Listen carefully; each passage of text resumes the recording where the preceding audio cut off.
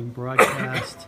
We're now live. Oh my heavens! Perfect. Yeah, I know. I'm still experimenting with the Periscope platform. But anyway, we just so Marty and Charles. Marty just spoke at 1 Million Cups a little bit earlier in the morning, and Charles is one of the organizers with me of 1 Million Cups. I should point this at your faces. Marty, can you tell us, who you are, a little bit about Custom Cult Snowboards, and we'll talk a little bit more about some of the other things that are going on. Perfect. So I'm the founder of Custom Cult Snowboards, and we basically help snowboard enthusiasts become pro riders and have their own pro model and promote it to their friends and fans. Excellent. So part of you presenting here this morning, you got a lot of great feedback here at 1 Million Cups, but your next presentation is going to be at Scrappy Startup next week. Yes. Tell me about you kind of getting ready for some of that. I mean, are you nervous? Are you ready for it? Oh, I'm not nervous at all. Obviously not. No, Charles was just helping me here with my pitch a little while ago, and I'm actually super nervous. It's terrifying. There's going to be hundreds of people there, and they're going to announce us, and they asked me what song they wanted me to I wanted them to play when I walked up onto stage, so I figured it's probably a pretty big event. So I'm kind of nervous about it, but also excited. Right. So, I mean, you're doing a lot of prep work. You have to send in a whole bunch of information. You have to choose a song, which I've never really heard of when you go and pitch something. So you're kind of walking up as a rock star. You're going to kind of get in the right vibe of everything. And from my understanding of it, you have 3 minutes. And the longest really pitch that you've done so far, I mean, what is that? It was 2 minutes. It was 2 minutes. So now you've done one that's 60 seconds, you've done one that's 2 minutes, and now you're going into one that's 3 minutes. So we were talking earlier about adding into more information onto that. How difficult do you feel it's going to be to get that extra minute on there? Is it too much extra time? Is it not enough extra time for what you want to go into? How are you kind of feeling about that? Well, I initially thought it was too much extra time. What was I going to do with all that extra time? I'd already trimmed my whole story down to a minute. But there's a lot of the story that I haven't been telling. And, you and I talked about it earlier. I'll now have an opportunity to tell a little bit more of the story. Right.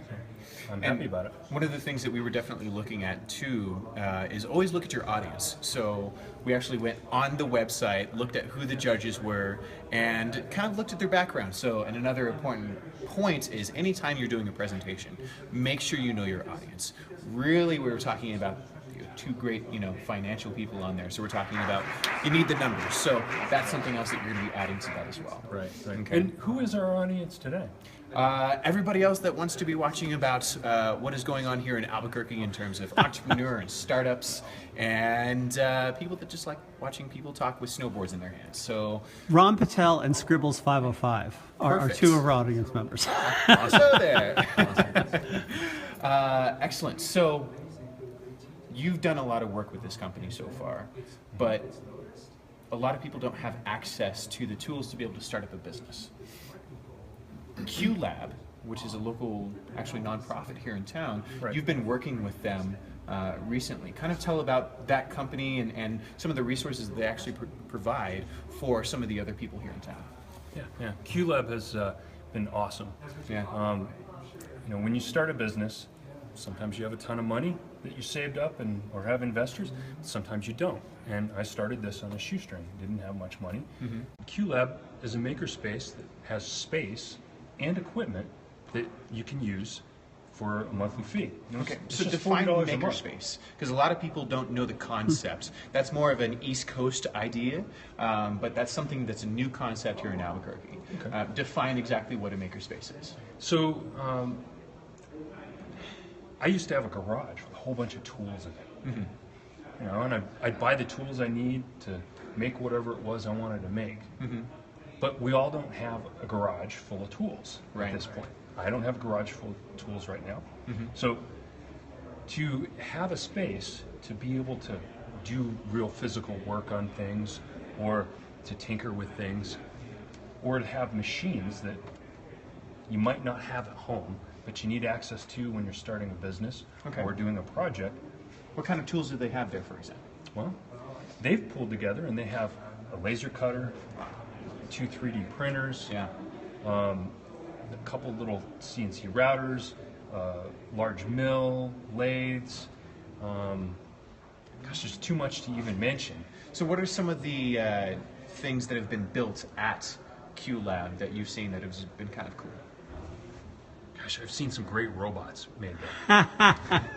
So really cool we're robots. making robots here in Albuquerque. I love that. That's perfect. So I've been using that space as an office, a workspace, to kind of design the snowboards, the process, the machines that are involved in it, and it's been super helpful, especially at $40 a month.